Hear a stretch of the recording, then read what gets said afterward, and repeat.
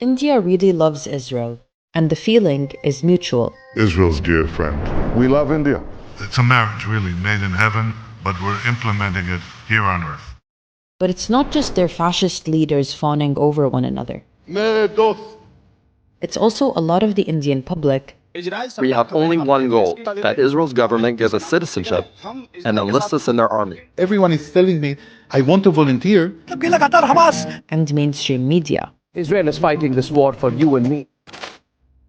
So how does India go from being one of the first countries to recognize Palestine You can see the warmth of greeting. to one of the violent settler colonies' biggest fans? What could they possibly have in common? Well, it turns out quite a bit. And it boils down to three things: a shared vision, a shared scapegoat, and a shared playbook. These videos are made possible by our Patreon community. If you'd like to help us tell more stories like this, you can join as a paid member through the link in the description. Now on to chapter 1.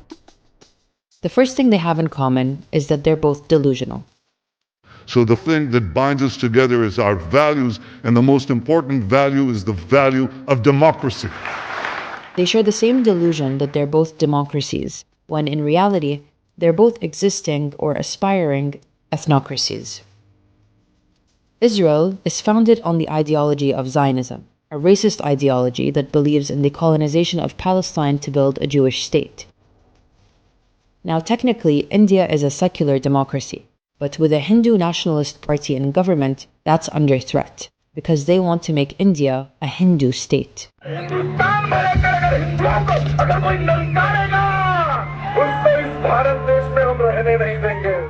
This has all happened over the past 10 years under Prime Minister Narendra Modi of the BJP, a far-right party that follows Hindutva, a Hindu nationalist ideology that believes India should be a Hindu nation, or Hindu Rashtra.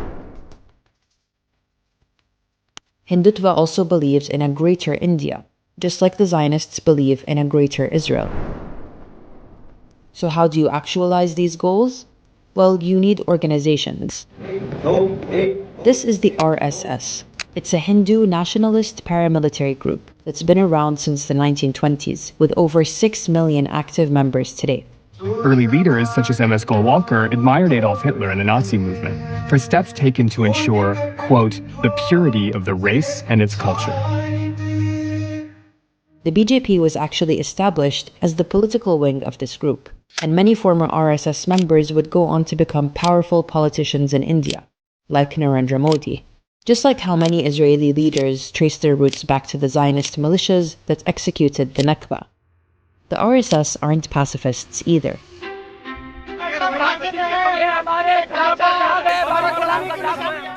They've overseen some of the worst community violence in India against one group in particular, Muslims.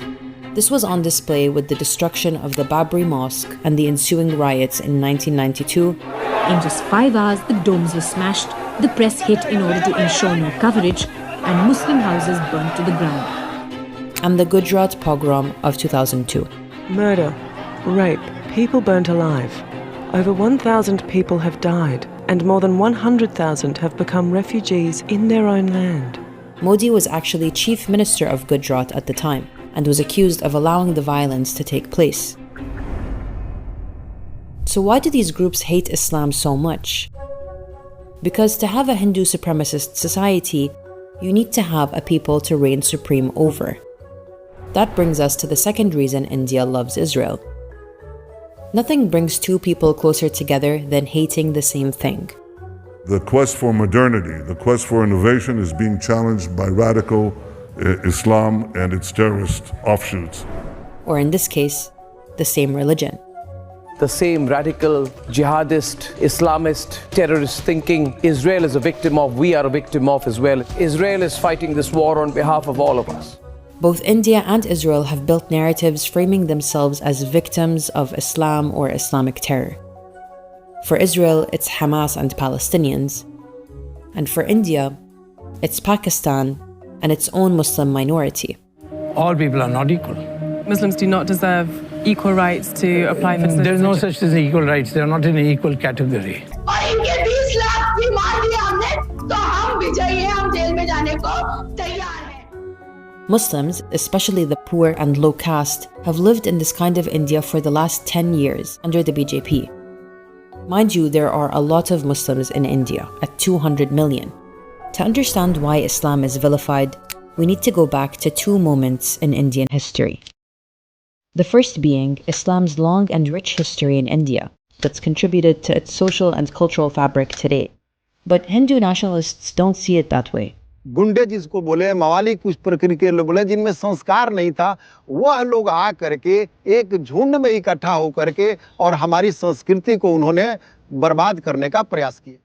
They see Islam as a foreign, inherently incompatible import that disrupted centuries of Hindu history and rule. And secondly, there's partition.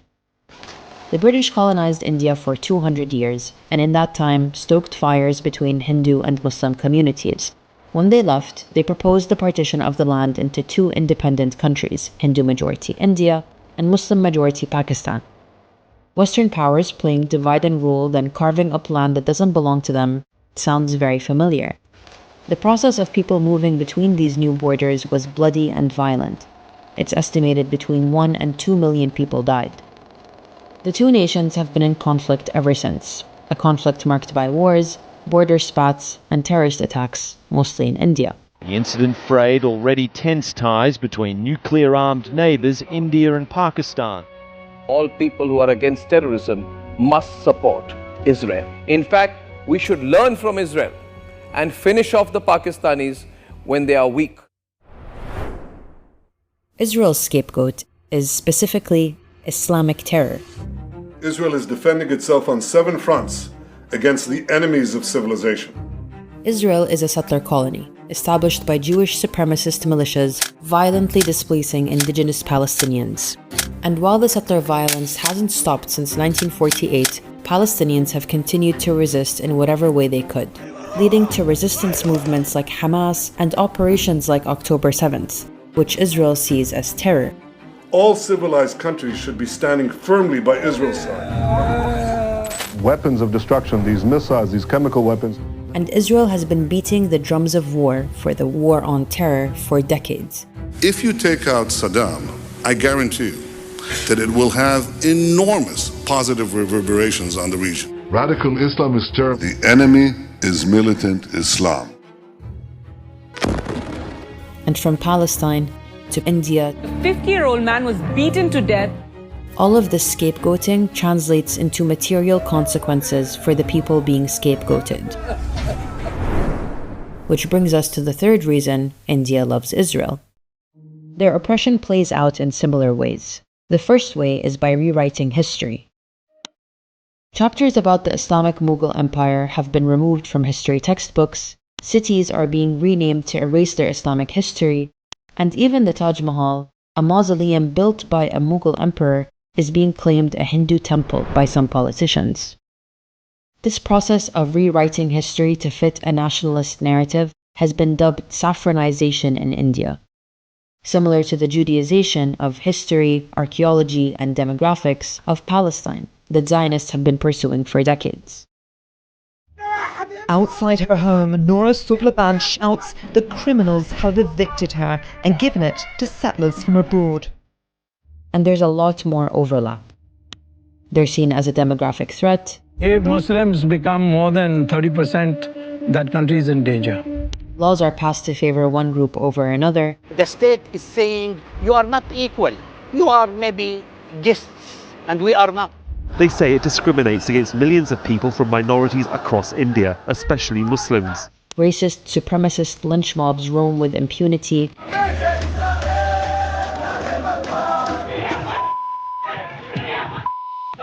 And their homes and businesses are destroyed to intimidate them. Sending a bulldozer to their home and calling the home as, illegal construction. Both Israel and India weaponize trauma to rally support. We must remember 26/11. Both fearmonger about Muslims or Palestinians. इसमें मदरसों का एक बड़ा योगदान है, कट्टरपंथियों की कारखाने हैं। अदृश्य लव जिहाद का आतंकवाद हमारी लाखों बहन बेटियों की जिंदगी को बर्बाद कर चुका है। And both cultures seem to have normalized songs and films pushing racist, violent narratives.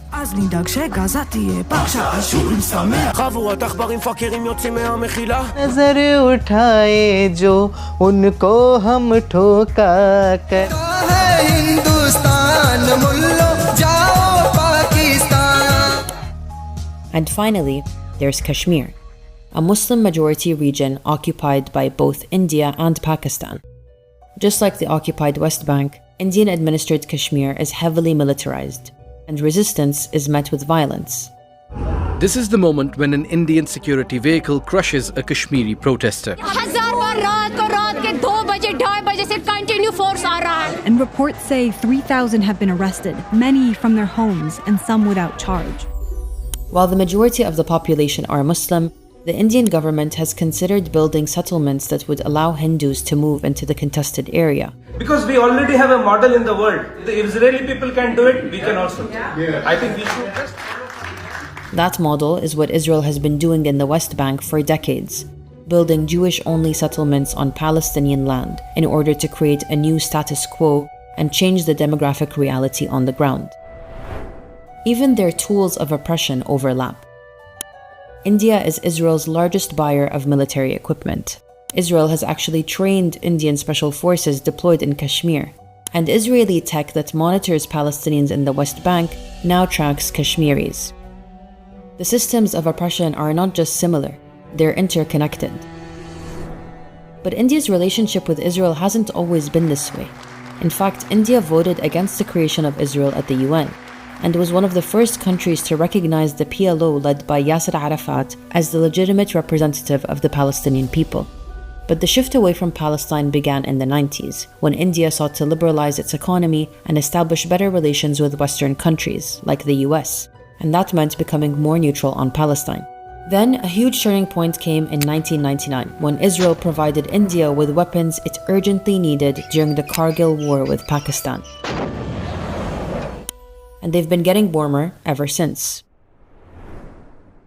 All the while, the fascist mobs that rally around the leaders pushing these ideologies are too distracted to realize that they have more in common with their so-called enemies than they do with the politicians pitting them against one another. When the online outlet News Laundry analyzed debates across 7 major news channels earlier this year, it found that the number of programs tackling economic problems were minimal. Communal issues, Hindu versus Muslim debates, controversies dominate the output. And certain terms get thrown in, like jihad, and then applied to whatever grievances Indians may have. More and more countries are ruled by racist, fascist, right-wing governments. So it's easy to see India's love of Israel as an extension of that. But this is way bigger than just Modi or Netanyahu. It began way before them, with ideologies that rely on the demonization of one people to justify the settler colonialism and fascism of another. These structures of power don't serve anyone except the people operating them and the gluttonous war machine they feed. A war machine worth billions of dollars and millions of lives.